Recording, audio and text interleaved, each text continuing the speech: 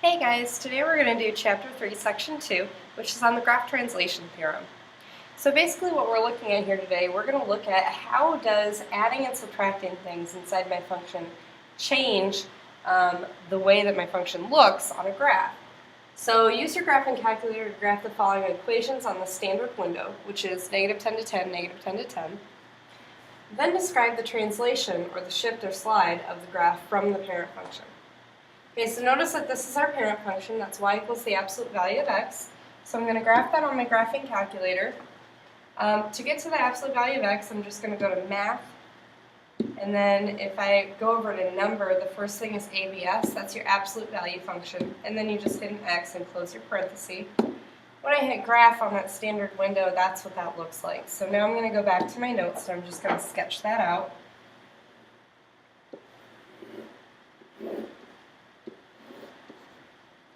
Okay.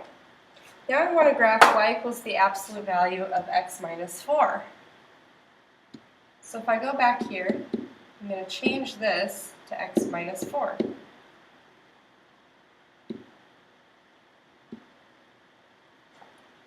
Okay, so now I'm going to graph that, and it looks like that's starting at 4 to the right.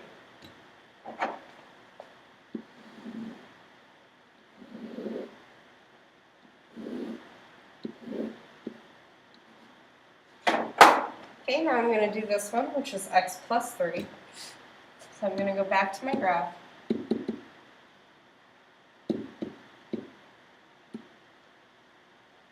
Okay, and it looks like that's over to the left by 3.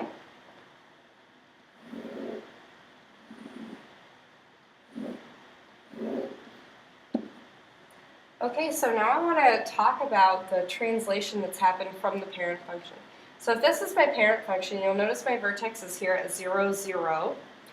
In this function here, my vertex was moved to the right by 4. So this is a shift to the right by 4.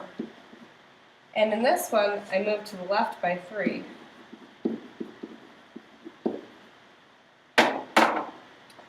Okay, so you may notice that's a little bit different than maybe what you were expecting. In this function, we're subtracting, so you may think, that's kind of weird that I went to the right instead of the left. And in this function, I'm adding, and I went to the left, so it's a little bit backwards, and we'll kind of talk about that in just a minute to figure out why that happened. So translation in the plane is a transformation that maps each point xy onto x plus h, y plus k. So essentially what I'm doing is I'm just adding a value to my x and to my y. Okay? First one, give an equation for the transformation t, which moves each point 9 units down and 3 units to the right. Well, if I want to find my translation equation, I'm going to label that as t of xy. Okay, so the translation of the point xy is, if I'm moving it to the right 3, I'm going to say x plus 3. Okay, so when I go to the right, that's like addition, because right is your positive direction. Okay, and then if I'm moving it 9 units down, that's going to be y minus 9, okay, because down is the negative direction. So this would be your transformation equation for that specific transformation. Now, if we want to find the image of this point 2, negative 3 under this translation, I can just plug it in. So 2, negative 3, well, if I take 2 plus 3 and then negative 3 minus 9, it's going to give me my new point, which will be 5, negative 12. So that would be the image under that translation of that specific point on the graph.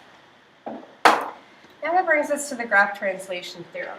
If I'm given any parent graph, y equals f of x, then I can say y equals f of x minus h plus k is this image under the translation h units horizontally and k units vertically.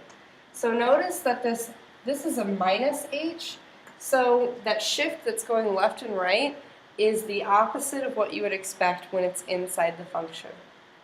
Okay, this is different from the translation equation. The translation equation is exactly what you would expect. If I go to the right, that's positive. If I go to the left, that's a negative. But when you're in your actual equation of the function, it's opposite. Okay? And I'm going to show you a really easy way, rather than just memorizing formulas, to come up with the equation for anything using the graph translation theorem. So if the graph of y equals x squared is translated 2 units up and 3 units to the left, what is the equation for the image? The first thing I'm going to do is I'm going to write my translation equation, t of x, y. So if I'm shifting it 2 units up and 3 to the left, that's going to be x minus 3 and y plus 2.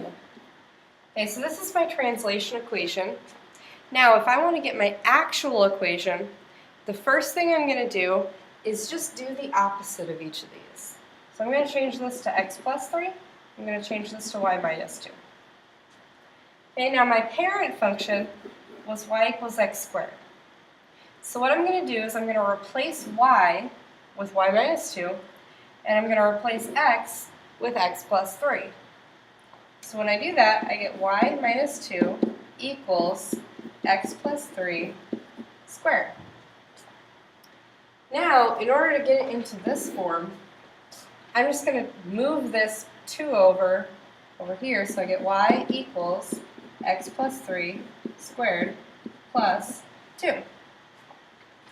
Okay, and this is my function. Okay, so again, those steps are write the translation equation, take the opposite of each of your x and y's, plug those into your parent function, and then solve for y. And after that, you'll have your equation of your translation image. So, what if I give you the parent function and I want you to find the translation? Well, we can do the same thing, but just work backwards.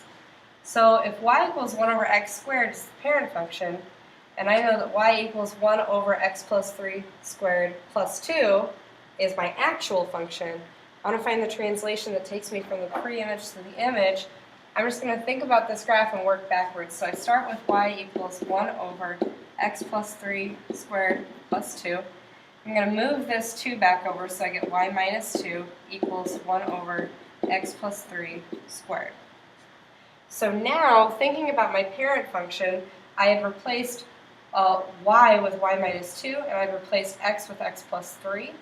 So the opposite of each of those would be what is in my translation equation.